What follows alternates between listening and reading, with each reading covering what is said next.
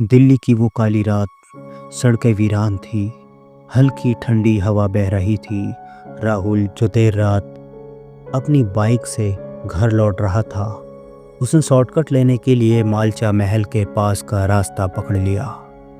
रास्ता सुनसान था, चारों तरफ घना जंगल और बीच में टूटी फूटी संकरी सड़क। तभी अचानक उसकी नज़र एक औरत पर पड़ी।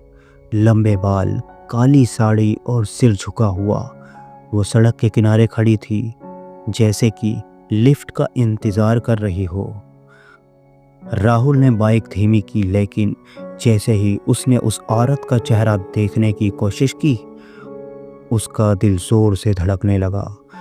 उसकी आंखें लाल और गहरी थी और उसकी मुस्कान वो इंसानों जैसी नहीं थी। डर के मारे राहुल ने तुरंत बाइक तेज कर दी, लेकिन जितना तेज वो भाग रहा था, उतनी ही तेज वो औरत उसके पीछे दौड़ने लगी। वो हवा में थी, उसके पैर उल्टे थे।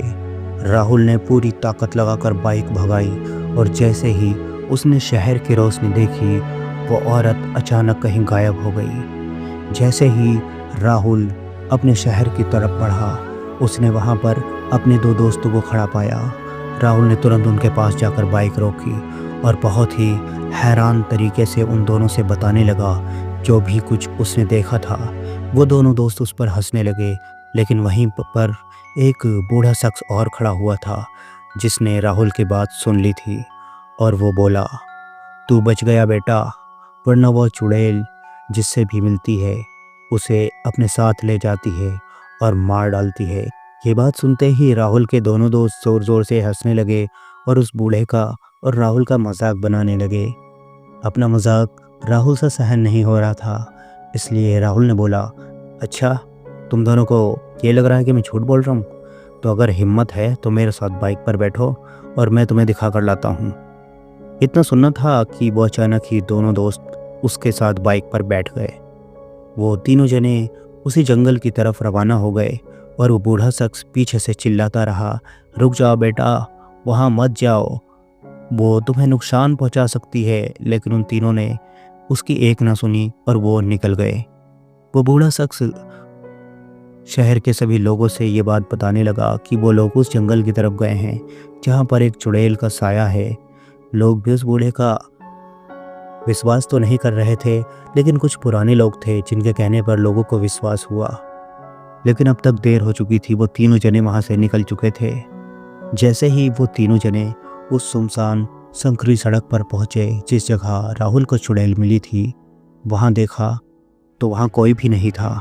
राहुल ने ये देखा कि वहाँ कोई नहीं है, वो समझ चुका था अब उसके दोनों दोस्त उसका और भी ज़्यादा मजाक बनाने वाले हैं। अचानक ही राहुल के पीछे बैठा उसका एक दोस्त बोला, अरे राहुल, ये अमित कहाँ चला गया अचानक? राहुल ने अपने पीछे बाइक पर देखा तो बाइक पर सिर्फ उसका एक ही दोस्त था। उसका दूसरा दोस्त अमित वहाँ नहीं था।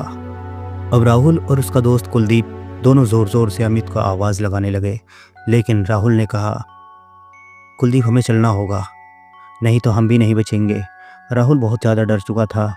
कुलदीप ने कहा, नहीं, मैं अमित के बगैर यहाँ से नहीं जाऊँगा। अचानक ही दूर से उन दोनों को अमित की आवाज़ सुनाई आई और उन्होंने देखा कि जंगल के बीच से अमित भागते हुए उनकी ओर आ रहा है। वो दोनों ज़ोर ज़ोर से अमित को आवाज़ देने लगे।